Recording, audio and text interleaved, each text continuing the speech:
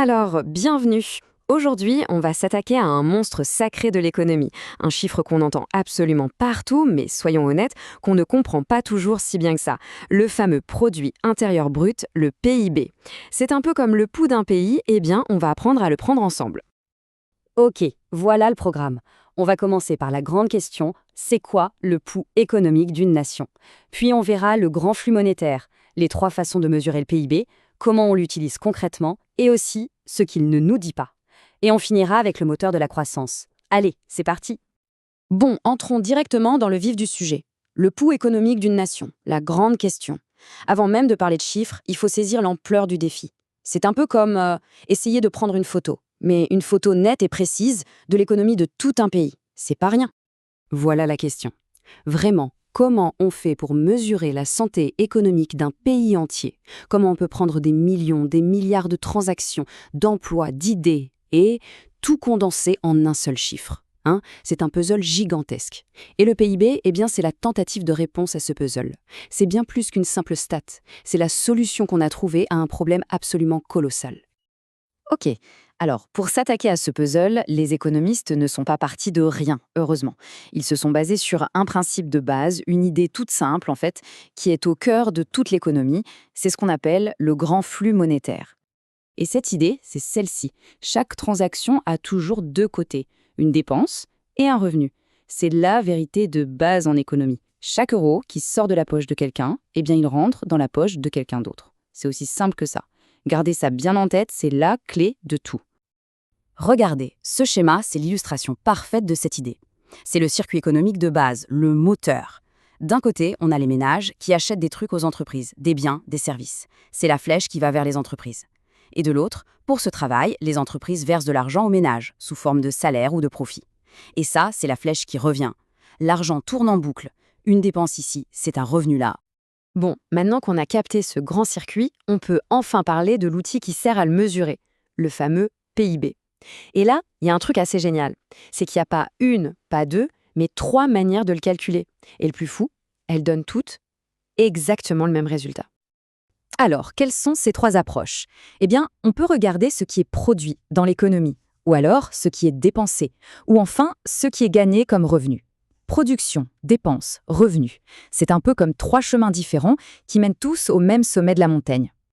Première approche, la production. Alors là, attention, il y a un piège. Le plus important, c'est de ne surtout pas compter les choses en double. Prenons l'exemple de cette armoire. Si on additionne bêtement la valeur à chaque étape, 10 pour les troncs, 30 pour les planches, 65 pour l'armoire, on arrive à 105. Mais ça, c'est complètement faux. Pourquoi? Parce que le prix des planches inclut déjà celui des troncs, et le prix de l'armoire inclut déjà celui des planches. Vous voyez le problème? Pour éviter ça, on ne calcule que la valeur ajoutée. C'est ce que chaque étape ajoute comme valeur. Donc 10, plus 20, plus 35, et là, magie, on tombe sur 65. C'est le prix final de l'armoire. Voilà, le PIB, c'est simplement la somme de toutes les valeurs ajoutées dans l'économie. Ok, deuxième chemin, les dépenses. Là, on tombe sur la formule du PIB, la plus connue. L'idée est simple, on additionne tout ce qui est dépensé dans le pays. C, c'est la consommation, ce qu'on achète au quotidien. I, c'est l'investissement des boîtes. G, c'est les dépenses de l'État. Et enfin, on ajoute le solde de notre commerce avec l'étranger, les exports moins les imports. On met tout ça dans un grand panier et hop, on a le PIB. Et enfin, la troisième approche, celle des revenus. Et là, on boucle la boucle. On se souvient de notre idée de départ? Chaque dépense, c'est un revenu. Logique, non? Donc, si on change de perspective et qu'on additionne tous les revenus générés, les salaires, les profits des entreprises, les intérêts, les loyers, eh bien, on devrait, en théorie, retomber exactement sur le même chiffre. C'est mathématique. Et regardez ça, ce graphique, c'est la preuve par l'image. On a ici le PIB de la Suisse. À gauche, la vue par la production.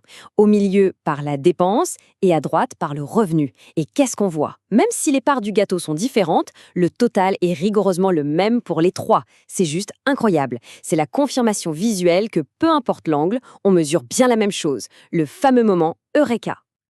Ok, super, on sait comment on le calcule. Mais maintenant, la vraie question. À quoi ça sert tout ça dans la vraie vie? Allez, on quitte la théorie, on passe au concret. Alors, premier truc crucial à comprendre, c'est la différence entre le PIB nominal et le PIB réel. Le nominal, c'est le chiffre brut, tel quel.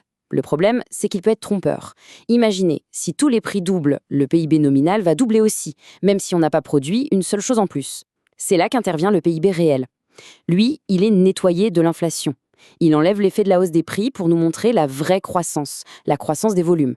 Et c'est celui-là qui compte vraiment. Ce graphique le montre parfaitement. En bleu clair, on a la croissance nominale. En bleu foncé, la réelle. Regardez par exemple en 2007, la barre bleu clair est super haute. On a l'impression que c'est la fête. Mais quand on regarde la barre bleu foncé, la vraie croissance, elle est bien plus petite. Le reste, c'était juste de l'inflation. Inversement, en 2009, le nominal ne baisse pas tant que ça, mais le réel, lui, s'effondre. Ça montre bien à quel point il est essentiel d'avoir cet outil pour ne pas se faire avoir par les chiffres. Maintenant, pour comparer des pays entre eux, il y a un autre petit ajustement super important, ce qu'on appelle la parité de pouvoir d'achat, la PPA. Et pour comprendre ça, rien de mieux que le fameux indice Big Mac. C'est une idée géniale et toute simple. Un Big Mac, c'est à peu près le même sandwich partout dans le monde. Donc s'il coûte bien plus cher en Suisse qu'en Égypte, ça veut dire qu'avec 1 euro, on peut acheter beaucoup plus de choses en Égypte qu'en Suisse. La PPA, ça sert à ça, à gommer ces différences de prix pour comparer le vrai niveau de vie entre les pays. Bon, on a vu que le PIB est un outil super puissant, mais il est loin d'être parfait. C'est vraiment le moment de parler de ses limites, de ses angles morts, parce qu'un seul chiffre, aussi bien calculé soit-il, ne peut pas et ne pourra jamais raconter toute l'histoire. Alors, qu'est-ce qui passe à travers les mailles du filet? Énormément de choses en fait. Le travail à la maison, non payé, le PIB ne le voit pas. L'économie au noir, invisible. Et la destruction de l'environnement. Non seulement il ne la compte pas en négatif, mais parfois, une catastrophe écologique peut même le faire augmenter. Et puis, ça ne dit rien sur les inégalités, rien sur le bonheur, rien sur le bien-être. Il faut bien comprendre ça. Le PIB mesure l'activité, pas la qualité de vie. Et ce double visuel est vraiment parlant. À gauche, le classement des pays par richesse brute, le PIB par habitant. On a le Luxembourg, Singapour, tout en haut. À droite, une autre carte, celle de l'indice de développement humain.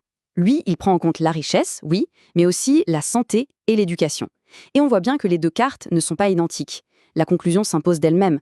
Est-ce que être le plus riche, ça veut forcément dire être là où on vit le mieux? Malgré toutes ces limites, et elles sont réelles, le PIB reste absolument indispensable pour une chose, comprendre le phénomène qui a radicalement transformé le monde depuis 2 siècles, la croissance économique. Alors, prenons un peu de hauteur. Ce graphique, il donne le vertige. Il montre l'évolution du niveau de vie depuis 1820. Regardez bien ces courbes qui s'écartent de façon spectaculaire. C'est la preuve que des toutes petites différences de croissance chaque année, 1 petit % par-ci, 2% par-là, eh bien, sur des décennies, ça crée des gouffres de richesse absolument colossaux entre les pays. C'est toute la puissance des intérêts composés, mais à l'échelle d'une nation entière. Mais alors, c'est quoi le carburant de ce moteur? D'où vient cette croissance folle sur le long terme? En gros, c'est un cocktail de 3 ingrédients. Plus de travail, donc plus des travailleurs, plus de capital, c'est-à-dire plus de machines, d'outils, d'infrastructures, et surtout, le 3e ingrédient le plus important, la technologie. De meilleures idées, de meilleures façons de faire les choses, bref, l'innovation. C'est vraiment ça la clé. Et pour finir, une citation qui résume tout ça à la perfection, celle de l'économiste Joseph Schumpeter. Le capitalisme, c'est un processus de destruction créatrice. Qu'est-ce que ça veut dire? Ça veut dire que la croissance, ce n'est pas un long fleuve tranquille. C'est un processus dynamique, parfois brutal, où le neuf remplace constamment l'ancien.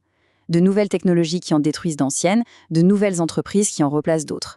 C'est ce moteur incroyable, un mélange de création et de destruction, que le PIB, avec toutes ses imperfections, tente de capturer. Une belle pensée pour réfléchir au changement constant qui est, au fond, le vrai cœur de notre économie.